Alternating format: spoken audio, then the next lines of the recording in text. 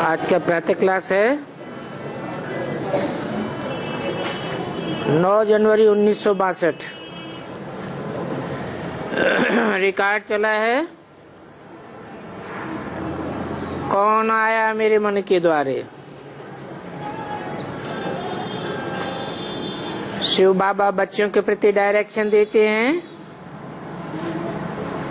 कि कभी ऐसे नहीं समझना कि नरकवासी मनुष्य दूसरों का कल्याण कर सकते हैं।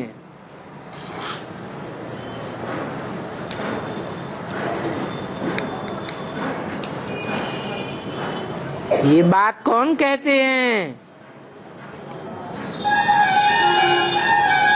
परमपिता परमात्मा कहते हैं,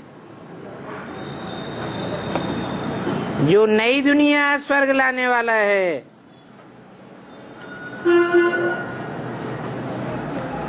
क्या कहते हैं परमपिता परमात्मा?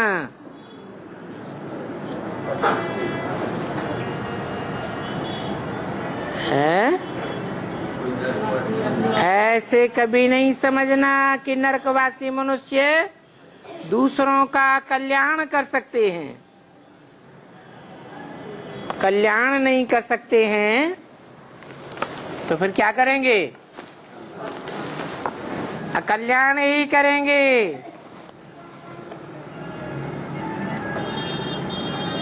स्वर्ग लाने वाला तो एक ही हेवनली गॉड फादर है और उसे एक को ही रहम दिल कहा जाता है।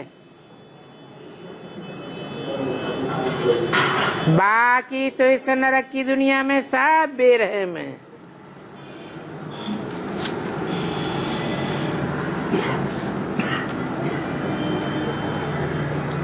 श्री श्री 108 जगत गुरु अथवा अपन को भगवान कहलाते हैं, परंतु भगवान कहलाने पर भी सारी दुनिया पर बेरहमी करते हैं।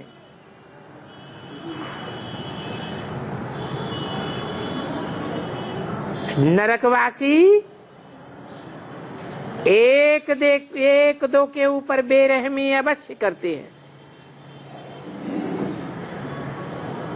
और सबसे जास्ती बेरहमी वो करते हैं जो अपन को बड़े बड़े अवतार, पैगंबर, गुरु आदि मानते हैं।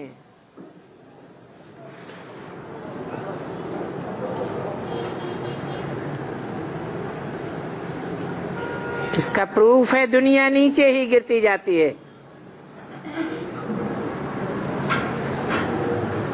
सब मनुष्यों की मेंटेलिटी गिरती जाती है। सब झूठ ही बोलते रहते हैं।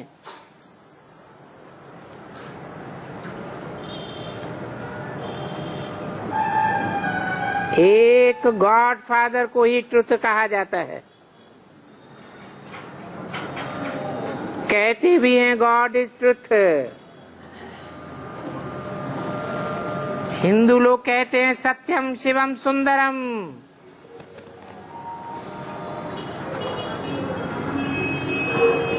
तो सारी दुनिया का गुरु अर्थात सतगुरु कोई मनुष्य मात्र नहीं हो सकता, क्योंकि जो भी मनुष्य मात्र आज की दुनिया में है वो सब नरकवासी हैं।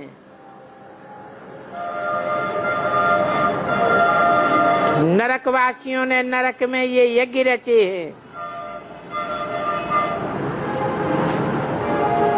परंतु स्वर्ग तो अभी है ही नहीं, फिर भी समझते नहीं हैं।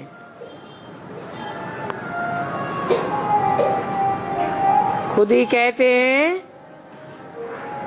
इस महाभारी लड़ाई के बाद सत्युग की स्थापना होगी, नरक का विनाश हो जाएगा।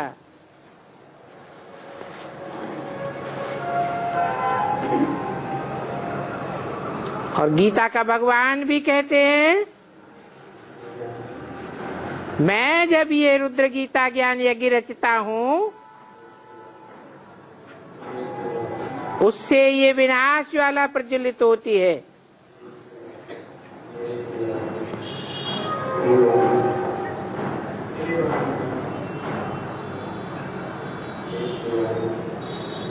खुद है आग लगवाने वाला,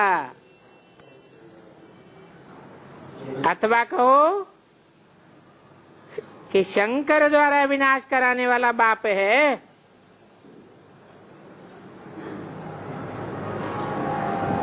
तो इस लड़ाई के बाद ही जबकि सतयुग की स्थापना होनी है, तो फिर ये यज्ञ आदि क्यों रचते हैं?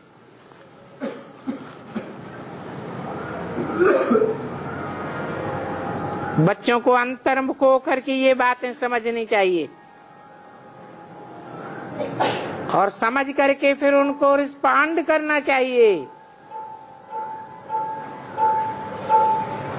अखबारों में तो किस्म किस्म की बातें पढ़ती ही रहती है। अनेक भगवान, अनेक गुरु बन करके बैठे हैं। बाप कहते हैं, जो अपन को भगवान समझते हैं वो बड़े से बड़े असुर हैं।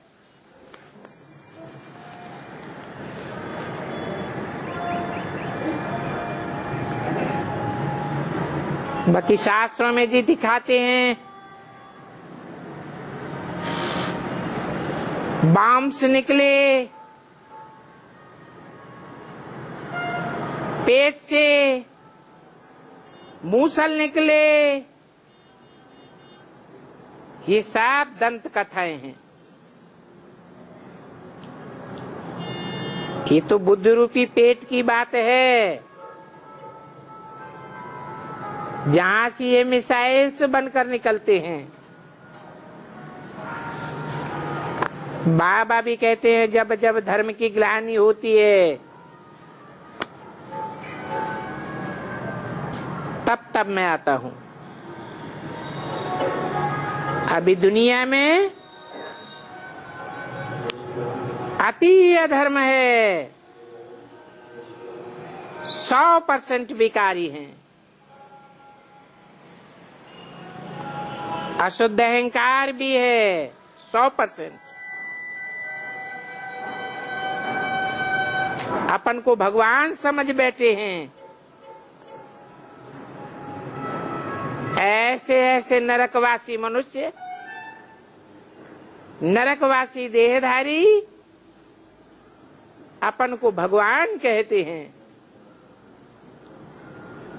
जिस भगवान के लिए कहा जाता है वो अजन्मा है,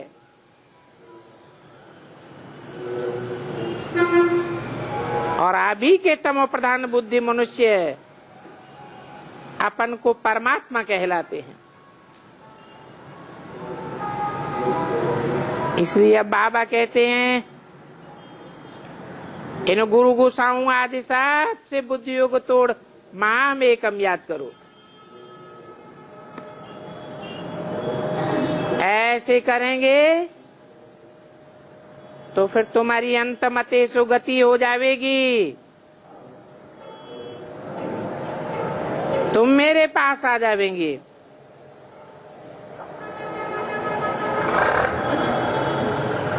तो ख्यालात चलनी चाहिए कि कैसे हम रिस्पॉन्ड करें। अगर ये महाभारी महाभारत लड़ाई है तो जरूर इनके बाद स्वर्ग की, सतयुग की स्थापना होगी।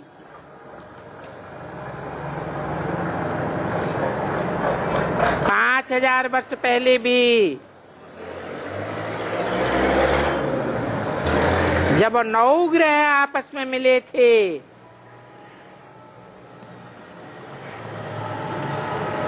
उस समय पांडव भी होंगे जरूर।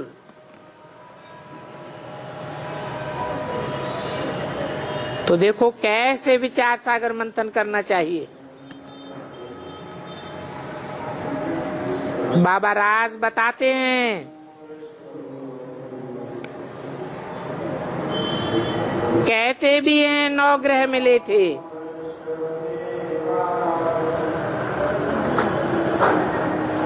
महाभारी महाभारत लड़ाई लगी थी एटॉमिक बम्स की।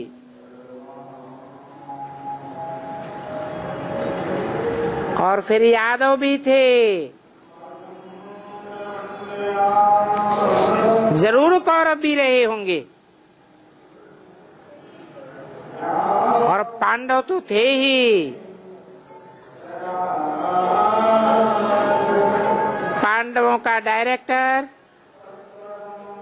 स्वयं गीता का भगवान भी होगा, और महाभारी महाभारत लड़ाई तो है ही गीता की।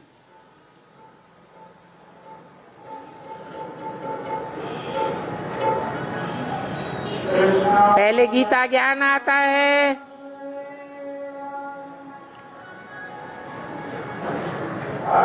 बाद में भागवत होती है।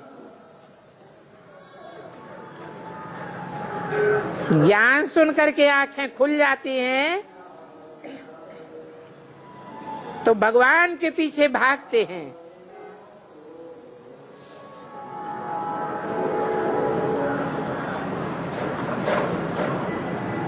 भागवत होती है तो मारा मारी शुरू हो जाती है। तो पहले गीता ज्ञान, फिर भागवत, फिर महाभारत लड़ाई का कनेक्शन है। और फिर यादवों ने भी बॉम्ब्स निकाल करके विनाश किया था।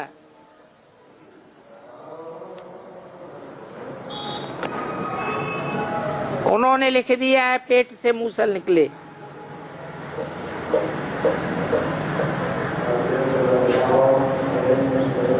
कौरव भी थे जरूर। कौरवों के बाद फिर पांडवों की जीत हुई थी, अर्थात देवी देवता धर्म की स्थापना हुई थी।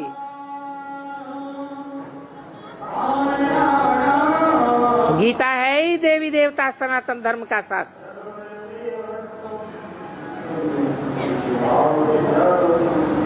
नर से नारायण, नारी से लक्ष्मी बनाने का शास्त्र है।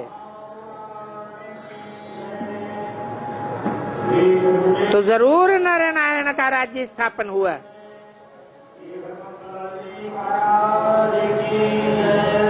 और फिर अनेक धर्म विनाश भी जरूर हुए होंगे।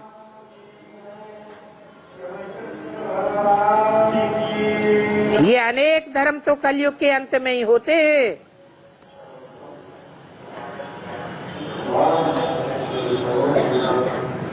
ऐसे नहीं कि सतयुग आदि से ही अनेक धर्म चले आए हैं।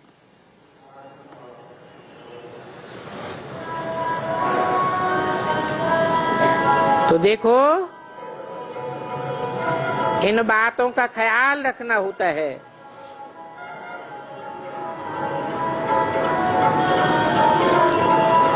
ऐसे ऐसे विचार सागर मंथन करके फिर अखबारों में लिखना चाहिए। जरूर पांडव थे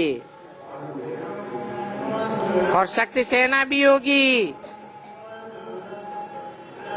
जिस शक्ति सेना के ऊपर ज्ञान का कलश रखा था।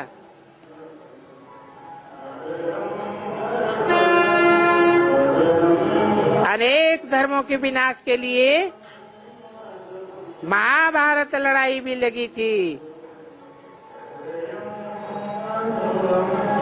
अभी फिर वही वर्ल्ड की हिस्ट्री ज्योग्राफी रिपीट होनी है, क्योंकि ये पुरानी दुनिया है। पुरानी दुनिया दुखदाई होती है। दुनिया की हर चीज जब पुरानी होती है तो अति दुखदायी हो जाती है। जरूर पुरानी दुनिया का विनाश होगा। ऐसे ऐसे लिख करके अखबारों में डालो कि कब लड़ाई लगी थी। सत्युग स्थापन होना है तो खुशी भी जरूर होनी चाहिए। शंकर द्वारा विनाश कराने वाला स्वयं भगवान है।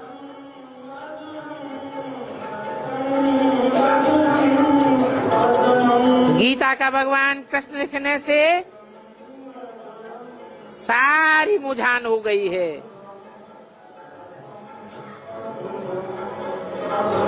इसलिए शिव को न जानने के कारण फिर सब मनुष्य अपन को भगवान कहने लग पड़े हैं।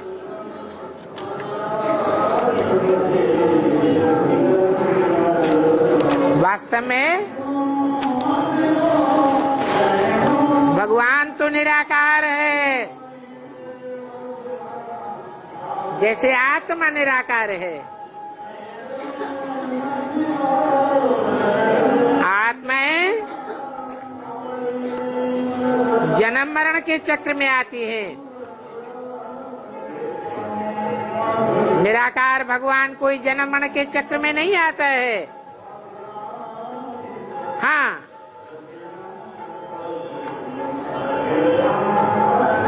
जन्म मरण के चक्र में आने वाली मनुष्य आत्माओं में जो सभी मनुष्य आत्माओं का बाप है,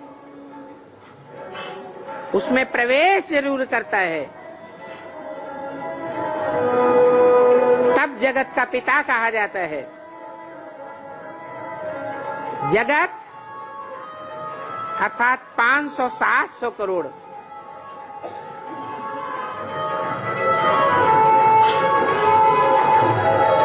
तो एक मुकर्रर रथ में आने के कारण जगत का पिता है।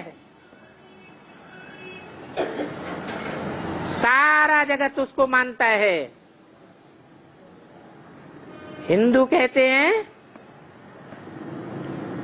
जगतम पितरम वंदे पार्वती परमेश्वरो।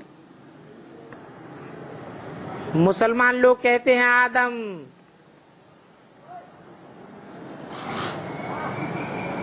हिंदुओं में आदिदेव,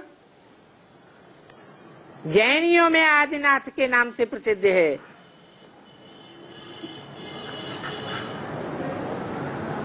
और क्रिश्चियंस में एडम कहा जाता है।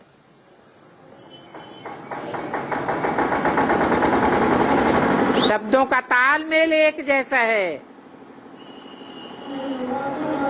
फिर भी मनुष्य अपन को भगवान कहने लग पड़े।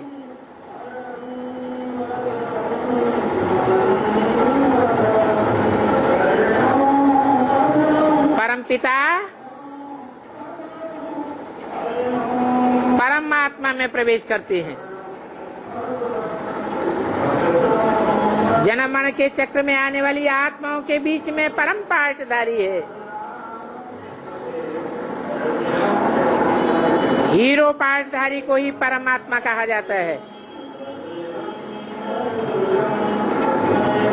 तब भक्ति मार्ग में कहने लग पड़े हैं आत्मा सो परमात्मा।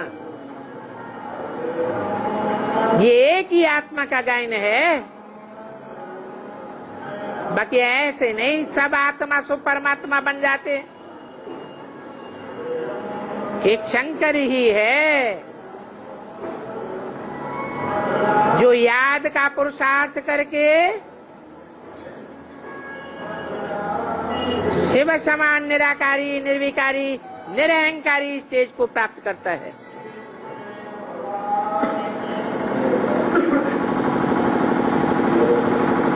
आज की दुनिया में तो सब अपन को भगवान कहने लग पड़े।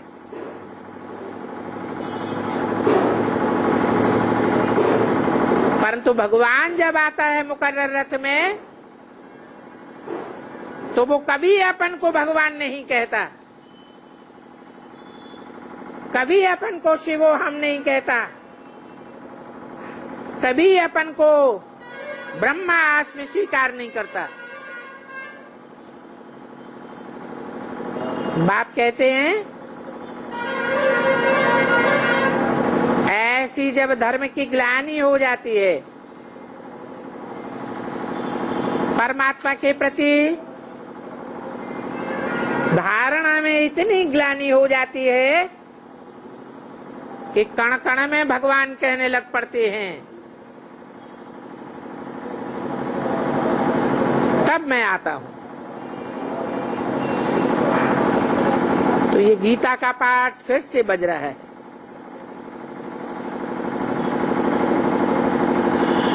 नौ 162 की वाणी का दूसरा पेज। ये वो ही रुद्र ज्ञान यज्ञ है।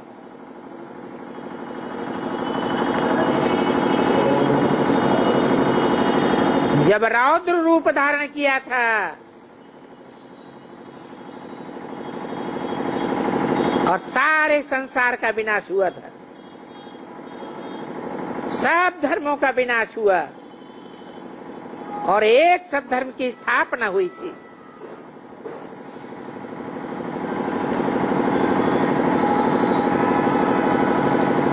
तो जरूर इस दुनिया में आसुरी संप्रदाय हैं जिनके लिए गीता में कहा गया है विनाशाय च दुष्कृताम।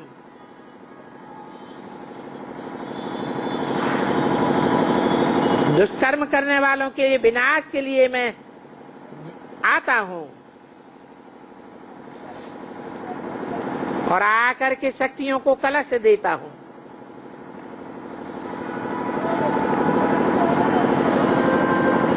तो जरूर वो शक्तियां ही असुरों को देवता बनाती होंगी।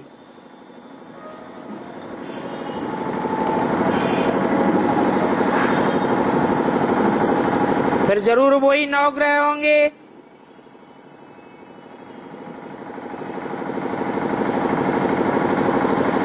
और वही एक बड़ा ग्रह है जिसे सद्गुरु कहा जाता है, बृहस्पति सद्गुरु होगा।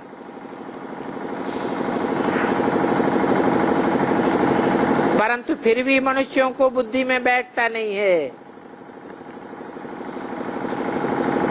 खुद भी कहते हैं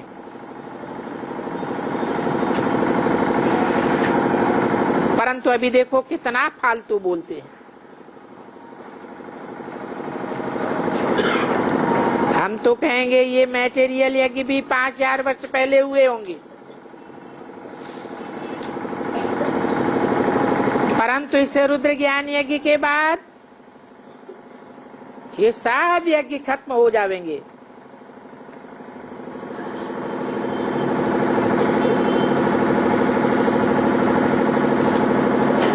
फिर न ये ज्ञान यज्ञ रहेगा और न ये हठ योग के यज्ञ रहेंगे, क्योंकि लड़ाई के बाद तो फिर देवता धर्म की राजाई स्थापन हो जाती है, अर्थात स्वर्ग स्थापन हो जाता है।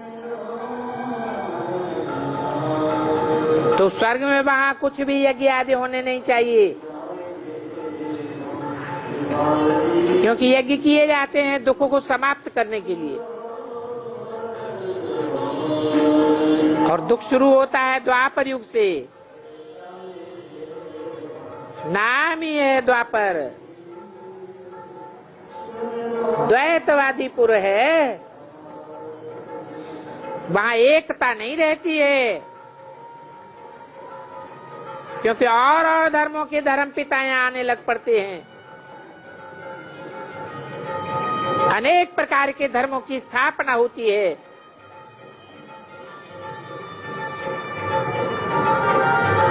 और उन धर्मों के आधार पर अनेक प्रकार की राजाइयां भी शुरू हो जाती हैं। द्वैतवाद आने से सब आपस में झगड़ते हैं।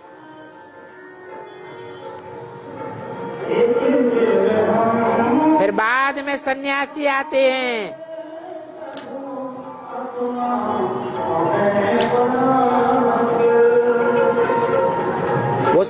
सन्यासी आकर के अद्वैत स्थापना की कोशिश करते हैं,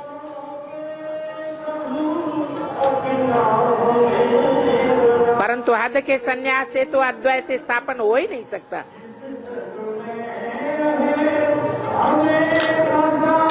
तो ऐसे ऐसे बच्चों को विचार सागर मंथन करना चाहिए और फिर अखबार वालों को लिखना चाहिए। परंतु बच्चे कहते कुछ और हैं और करते कुछ और हैं। अभी गीता का भगवान कृष्ण तो नहीं हो सकता,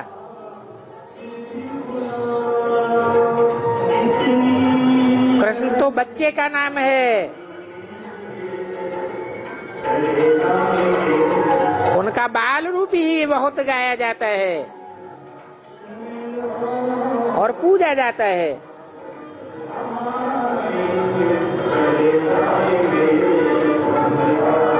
बच्चा बुद्धि भला राजयोग की बातों को क्या जानेगा? राजयोग की बातों में तो राज भरा हुआ होना चाहिए। भक्ति मार्ग में कहते भी हैं रूप बदल करके आओ।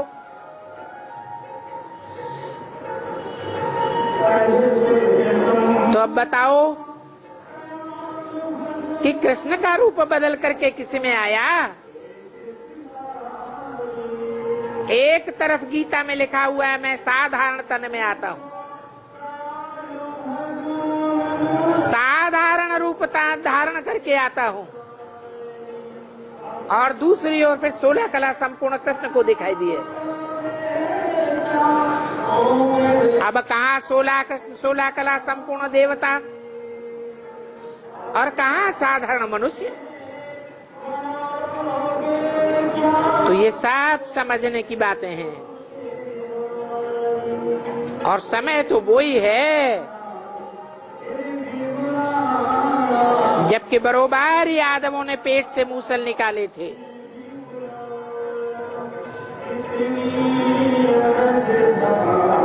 परंतु कवियों की भाषा प्रतीकात्मक अलंकारिक होती है,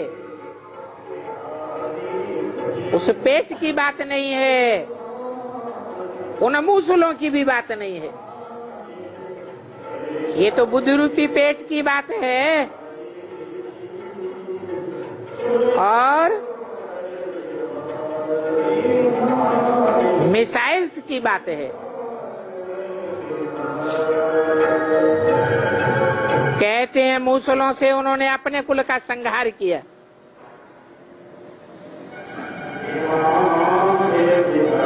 तो ये यादव कोई और नहीं है, ये रशियंस और अमेरिकन्स जो ढेर के ढेर मिसाइल से इकट्ठे किए बैठे हैं, ये सारी दुनिया का भी विनाश करेंगे और अपने सारे कुल का विनाश करने के निमित्त बनेंगे। फिर भी पांडव कुल तो बचेगा ही। जो शास्त्रों में गायन है कि मुट्ठी भर पांडव बचे, तो ये सारी बातें अब भी होंगी। वो यादव तो हैं यूरोप की तरफ,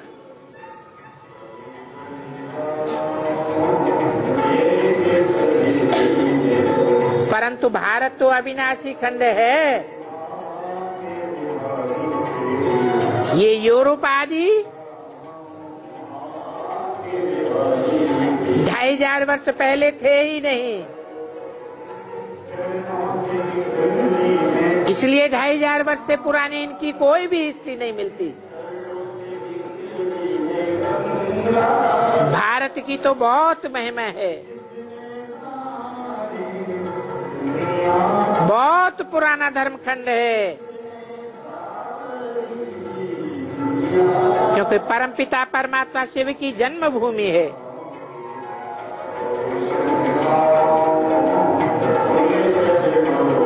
शिव की भी जन्मभूमि है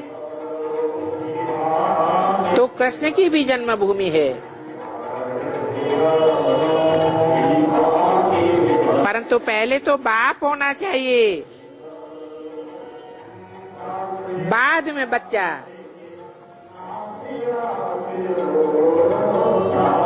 तो पहले शिव जयंती मनाते हैं,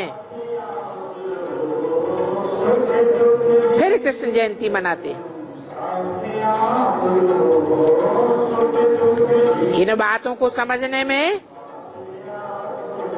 और दूसरों को समझाने में बहुत समय लग जाता है। कोई तो ऐसे हैं जो समझ भी जाते हैं, परंतु फिर अपना जीवन बनाने में फेल होते रहते हैं। अपना जीवन बनाना और फिर दूसरों का जीवन बनाना,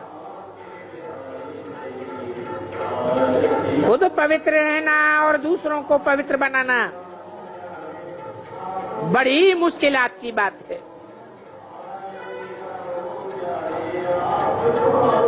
बाप तो कहते हैं हंस और बगुले इकट्ठे नहीं रह सकते।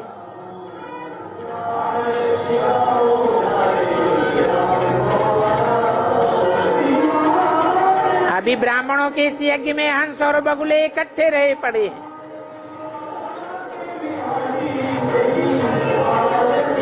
इकट्ठे होने के कारण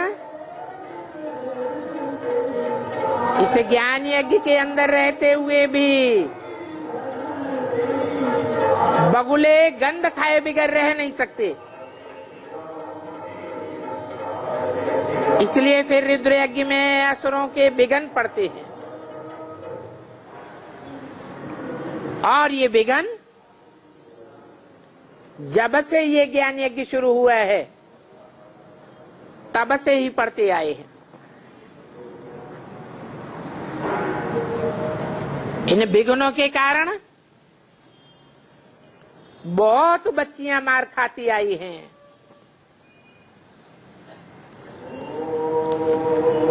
पति लोग मार मार करके विकार खींचते हैं।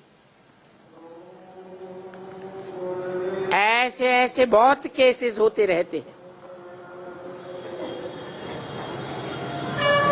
अब फिर बेचारी अबलाएं क्या करें? अगर विकार नहीं देती हैं तो भी हंगामा हो जाता है।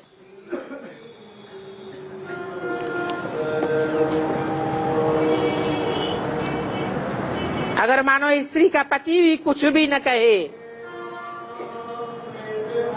तो फिर भाई अथवा बच्चा लड़ने लग पड़ेगा। ऐसी ऐसी हालत है दुनिया की। परंतु ये सब होता भी है ड्रामा के अनुसार। कितने बड़े बड़े श्री श्री 108 साईं बाबा, मेहर बाबा आदि बने हैं सब नरक में रहने वाले मनुष्य, जो उल्टी ही बातें सुनावेंगे। सारी दुनिया पतितों की है और पावन बनाना तो शिव बाबा का ही काम है। बाबा कहते हैं कितने मूर्ख नालायक बन पड़े हैं।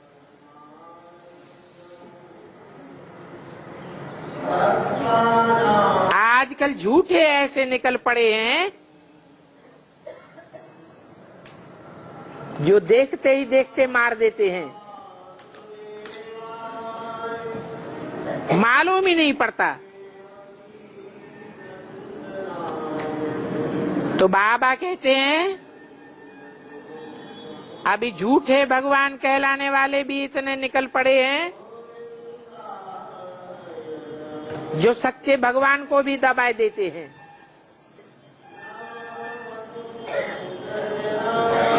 तुम बच्चों को तो अब महावीर बनना है।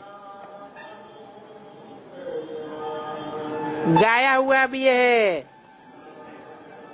मेरा तो शिव बाबा, दूसरा न कोई। वो शिव बाबा ही वास्तव में सबका बाप है। ऐसे नहीं सिर्फ मेरा बाप है, सारी दुनिया के सब धर्म वालों का बाप है। इसलिए शिव बाबा कहते हैं मैं सबको वापस ले जाने के लिए आया हूं। अभी ये ड्रामा ही पूरा होता है। एक भी मनुष्य इस दुनिया में त्रिकालदर्शी अथवा आस्तिक नहीं है। आस्तिक तो तब बने जब भगवान को जानता हो, भगवान पर आस्था रखता हो। भगवान को ही कह देते हैं सर्वव्यापी है, तो क्या सबके ऊपर आस्था रखेंगे? आस्तिक बने तो त्रिकालदर्शी भी बने।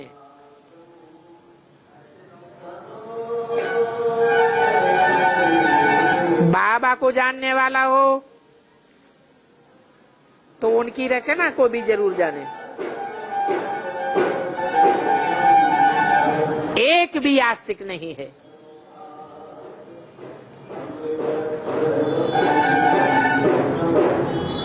ये नास्तिकों की दुनिया है, सब नास्तिक हैं, सब दुखदाई हैं। तो सुखदाता के बच्चे कैसे हुए? सुखदाता तो एक ही बाप है। सब नास्तिक, न बाप को जानने वाले। बाकी रिद्धि सिद्धि वाले तो अनेक प्रकार के हैं।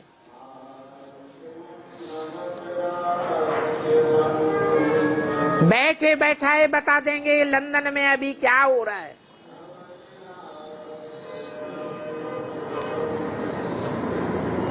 परंतु इससे क्या स्वर्ग स्थापन हो जाएगा?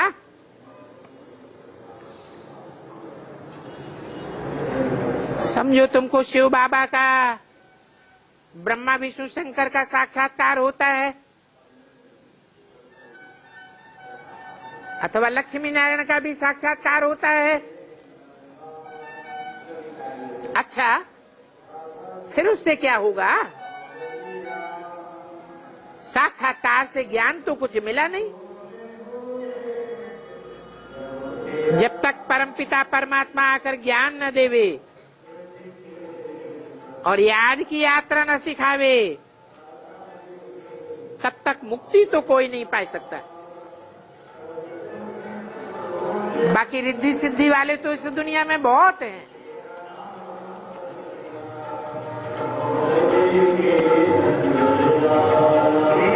माया बड़ी कुश्ती करती है।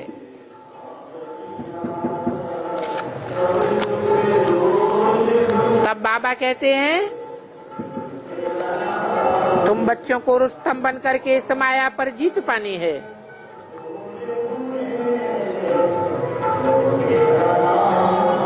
9 जनवरी 1962 की वाणी का 3रा पेज। इसलिए तुम बच्चों को याद का कवच पढ़ा लेना चाहिए। कवच का अर्थ ही है मन मना भव, अर्थात शिव बाबा को याद करो, आत्माभिमानी बनो। इस अंतिम जन्म में सारे कल्प में तुम एक ही बार देही अभिमानी बनते हो। क्या कहा? सतयुग त्रेता में भी 100% देही अभिमानी बनकर नहीं रहते। दिन ब दिन, वर्ष बाई वर्ष, जन्म बाई जन्म आत्मा की कला नीचे उतरती जाती है, कुछ न कुछ देहभान ऐड होता जाता है। अभी कलयुग का अंत है,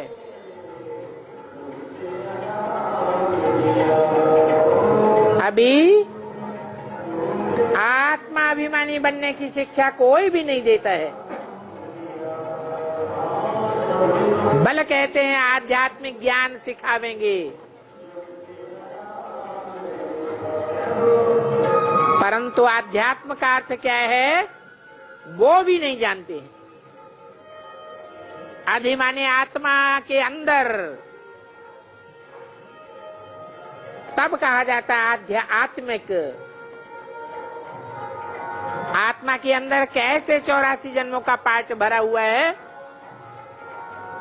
वो जानना है। ऐसी शिक्षा आध्यात्मिक ज्ञान देता है, और वो आध्यात्मिक ज्ञान परमपिता परमात्मा के सिवाय कोई नहीं दे सकता। क्यों नहीं दे सकता? क्योंकि सब आत्माएं जन्म मरण के चक्र में आने वाली हैं। जन्म मरण के चक्र में आने से, पुनर्जन्म में आने से पूर्व जन्म का सब कुछ भूल जाता है। एक ही परमपिता परमात्मा है जो जन्म मरण के चक्र में कभी नहीं आता, इसलिए वो सदैव त्रिकालदर्शी है। परंतु इस दुनिया में सिर्फ एक बार ही प्रत्यक्ष होता है,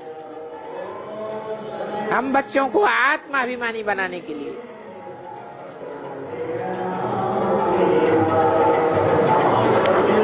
तो बाप कहते हैं अभी ये लक्ष्मी नारायण आदि सभी देह अभिमानी हैं, सब नरक की दुनिया में भरे पड़े हैं।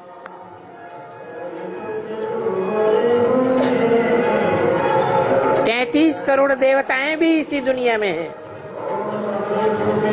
परंतु सब देह अभिमानी।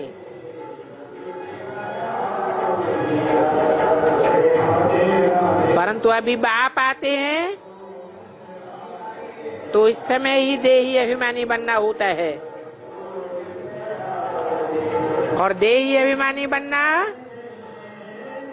सहज या राजयोग सीखने के कारण बहुत सहज हो जाता है।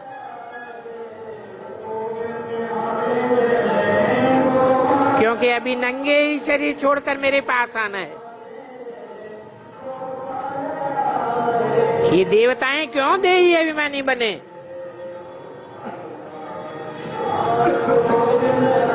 क्योंकि इन देवताओं को अभी वापस थोड़ा ही जाना है। क्या कहा?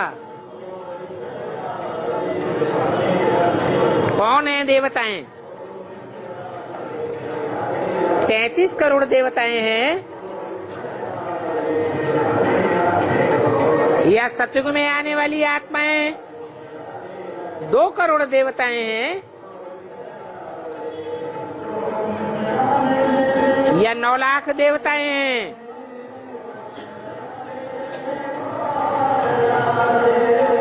कितने देवताएं हैं जिनके शरीर खत्म नहीं होंगे, इसी संसार में रहेंगे, इन्हीं शरीरों से नई दुनिया में जाएंगे। इसलिए बोला उनको अभी वापस थोड़ा ही जाना है।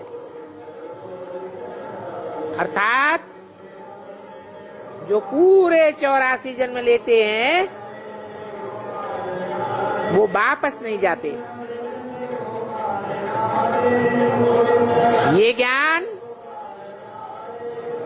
सिर्फ तुमको अभी मिलता है। कि तुमको कहने वाला कौन है?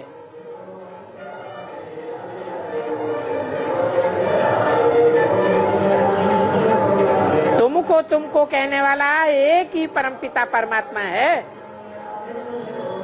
जो अपने बच्चों के सामने प्रत्यक्ष होता है। वो कहते हैं, बच्चे तुम पहले नंगे थे,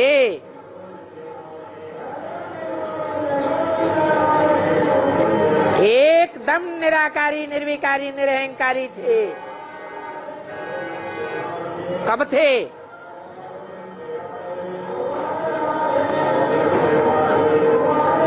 कौन से युग में थे? संगम में एकदम निराकारी, निर्विकारी, निरहंकारी बने थे। फिर तुमने ये जिस्म धारण करके पाठ बजाया है, अभी फिर नंगे हो करके तुम आत्मा को वापस जाना है। कितनी अच्छी अच्छी बातें समझाते हैं। तो ऐसी ऐसी अच्छी अच्छी बातों को धारण करके अपनी आत्म की स्थिति की अवस्था को जमाना है और माया पर जीत पहननी है। गृहस्थ व्यवहार में तो जरूर रहना है,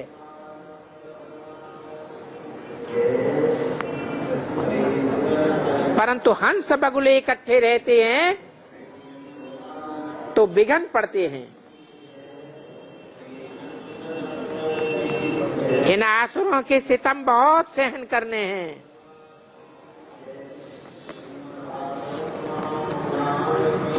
घर में बैठे भी प्रण कर लेना है कि बाबा कुछ भी हो जाए,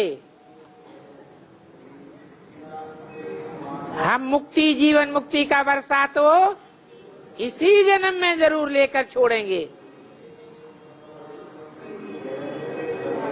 बिचारी प्रण करने वाली बहुत मार खाती हैं और ड्रामा प्लान अनुसार ये मार खाने का पार्ट कल पहले भी चला था, तो बिचारी बहुत सहन करती हैं। है तो सबसे सौभाग्यशाली। फिर भी आए कि बाप से तो मिली है ना। बाप से मिलने के कारण उनकी तो बन गई ना, बिगड़ी बन गई। परंतु इसमें बहुत मेहनत है, क्योंकि असुर से देवता बनना है।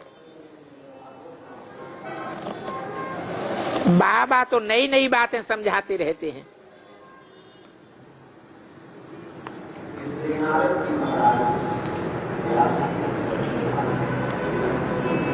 ये भी बाप के पहचान की एक पॉइंट है। क्या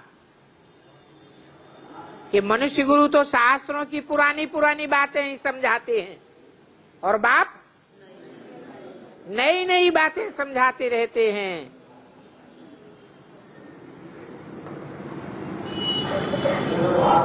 अनेक प्रकार की युक्तियां बताते रहते हैं। इसी को विचार सागर मंथन कहा जाता है।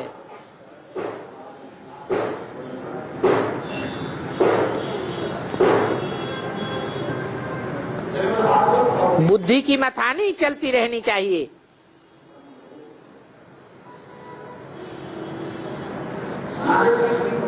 तो रात को भी शिव बाबा को याद करके सो जाओ।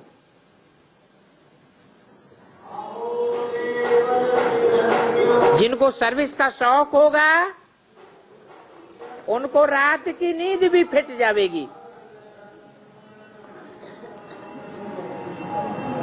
ख्याल चलता रहेगा आज इस पॉइंट पर क्या क्या समझावें।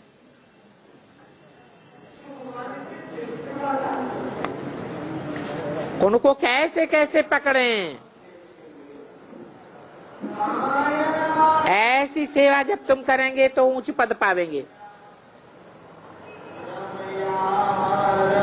को अच्छी रीति घोटना है। जैसे खाने के बाद गाय जुगाली करती रहती है, तो जब ज्ञान घिसेंगे तभी राज तिलक लायक बनेंगे। गायन भी है क्या? तुलसीदास चंदन घिसे विश्व की बादशाही का तिलक देते रघुवीर। उन्होंने तो रघुवीर राम को समझ लिया, त्रेता वाले को, परंतु ये तो भगवान शिव की बात है। जो तीखे बच्चे हैं विचार सागर मंथन में, उनको पकड़ करके फॉलो करना चाहिए।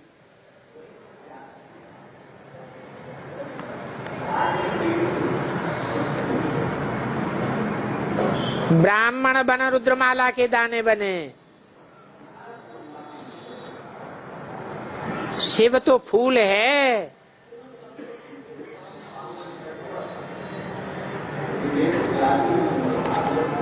फिर है माला। तो पहला दाना बनने का पुरुषार्थ करना चाहिए।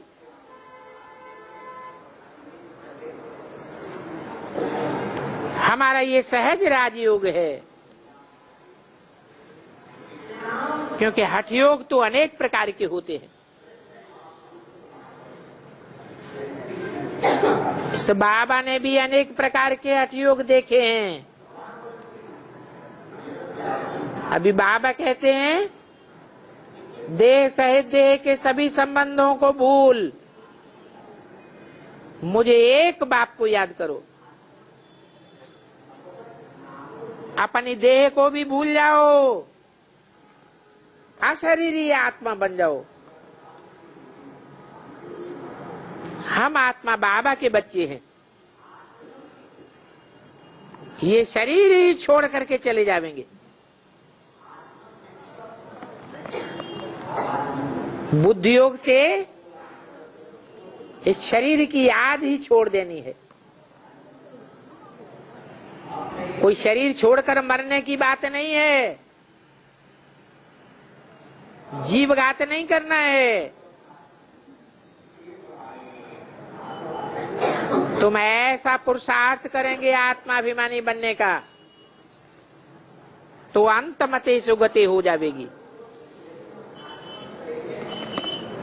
इसलिए बाबा कहते हैं मन मना भव। मन मना भव बनेंगे तो मध्य आदि भव भी बन जाएंगे। आत्म की स्थिति में स्थित होने से आत्मा का संबंध एक बाप से होने के कारण तुम्हारे कर्मेंद्रियों के द्वारा किए हुए सारे कर्म एक बाप के यज्ञ में यजन होंगे। बुद्धि में ये ड्रामा का चक्कर फिरता रहे। ऐसा पुरुषार्थ करने से फिर तुम जाकर राजा रानी बनेंगे।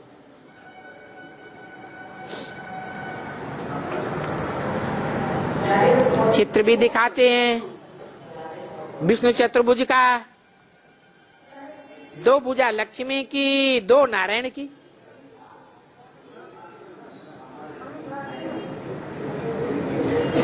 तो कितनी भुजा हो गई और आत्माएं कितनी हो गई है?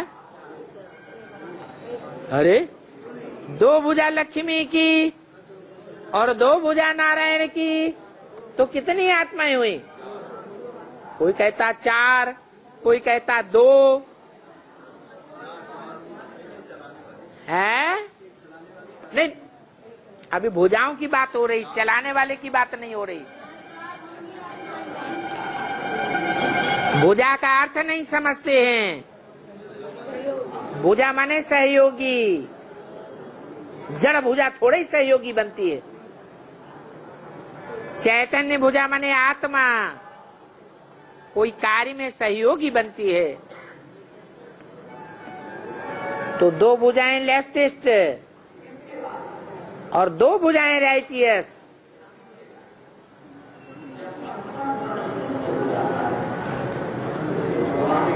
लक्ष्मी के साथ सीता भी है, राम के साथ कृष्ण की आत्मा भी है। आज तो घर घर में स्त्री पुरुष के संस्कार टकराते हैं, लेकिन सतयुग आदि में कोई भी स्त्री पुरुष के संस्कार टकराएंगे नहीं। हर बात में एक होकर के रहेंगे। ये संस्कार का मेल बाप जो राजयोग सिखाते हैं उस राजयोग से ही होता है। तो बाबा कहते हैं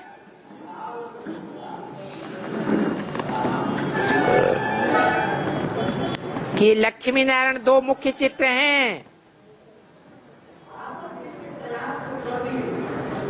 दोनों का कॉम्बिनेशन होता है तो विष्णु बनता है।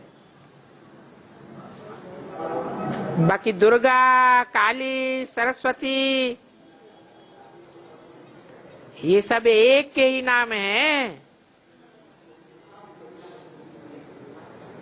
देवी तो एक ही है।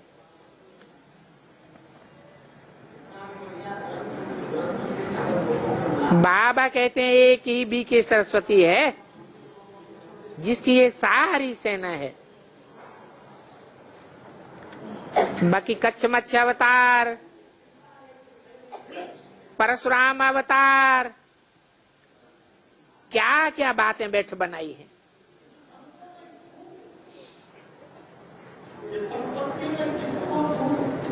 कहते हैं परशुराम ने कुल्हाड़ा चलाया,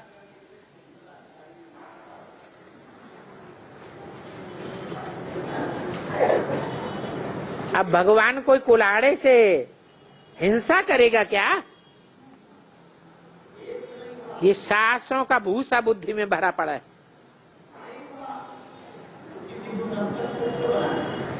शिव बाबा कहते हैं लाडले बच्चे अब जीते जी सदैव भान से मर जाओ। कुल्हाड़ा चलाने की बात नहीं है।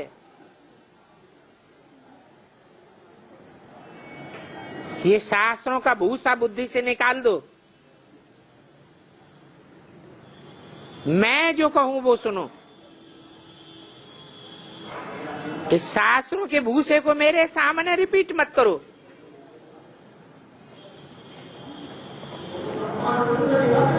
नहीं तो मेरे बच्चे ही मेरे सामने शास्त्रों की बातें रिपीट करते रहते हैं।